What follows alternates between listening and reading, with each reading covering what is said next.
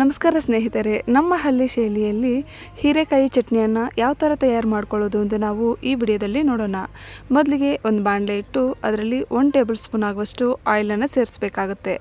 Oil ಬಿಸಿ ಆಗುತ್ತಿರುವಾಗ ಇದರಲ್ಲಿ ಅರ್ಧ tea spoon ಆಗುವಷ್ಟು ಜೀರಿಗೆಯನ್ನು ಸೇರಿಸಬೇಕು. ಜೀರಿಗೆ ಚೆನ್ನಾಗಿ ಫ್ರೈ ಆಗಿದ್ದಾದಮೇಲೆ 2 ಈರುಳ್ಳಿಯನ್ನು ಈ ಥರ ಸಣ್ಣದಾಗಿ ಕಟ್ ಮಾಡಿ ಸೇರಿಸಿ, ಹಾಗೆ ಖಾರಕ್ಕೆ ಎಷ್ಟು ಬೇಕೋ ಅಷ್ಟು ಹಸಿಮೆಣಸಿನಕಾಯಿಯನ್ನು ಸೇರಿಸಿ ಚೆನ್ನಾಗಿ ಫ್ರೈ ಮಾಡ್ಕೋಬೇಕು. ನೋಡಿ, ಈರುಳ್ಳಿ ಬೆಳ್ಳುಳ್ಳಿ ಅರ್ಧದಷ್ಟು ಫ್ರೈ ಆಗಿದೆ. ಈಗ ಇದರಲ್ಲಿ ಅರ್ಧ ಬೆಳ್ಳುಳ್ಳಿ ಗಡ್ಡೆ ತಗೊಂಡು ಸಿಪ್ಪೆಯನ್ನು ತೆಗೆದು ಇದರಲ್ಲಿ ಸೇರಿಸಬೇಕು.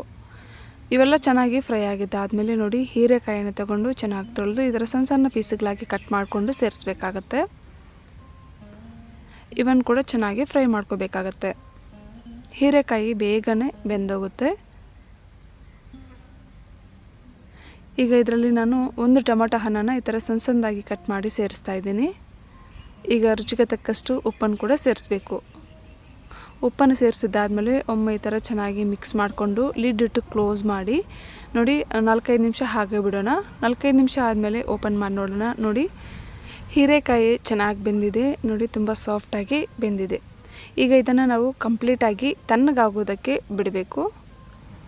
ಇದೇ ಟಿಪ್ಸನ್ನು ಫಾಲೋ ಮಾಡಿ ನೀವು ಗ್ಯಾಸ್ ಸ್ಟವ್ ಮೇಲೆ ಕೂಡ ತಯಾರಿ ಮಾಡ್ಕೋಬೋದು. ನಾನು ಇಲ್ಲಿ ಸೌದೆ ಒಲೆ ಮೇಲೆ ಇದನ್ನು ತಯಾರು ಮಾಡ್ಕೊತಾ ಇದ್ದೀನಿ.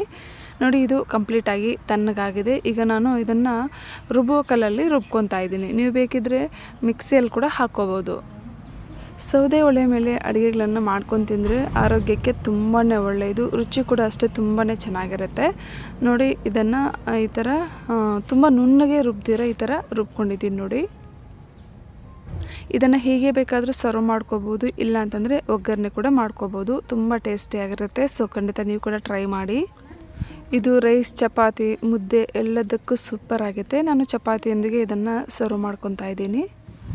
ನಮ್ಮ ಹಳ್ಳಿ ಶೈಲಿಯಲ್ಲಿ ಹೀರೆಕಾಯಿ ಚಟ್ನಿಯನ್ನು ಈ ಥರ ಒಮ್ಮೆ ಟ್ರೈ ಮಾಡಿ ನೋಡಿ, ತುಂಬಾ ಟೇಸ್ಟಿಯಾಗಿರುತ್ತೆ. ಸೊ ಖಂಡಿತ ನೀವು ಕೂಡ ಟ್ರೈ ಮಾಡಿ.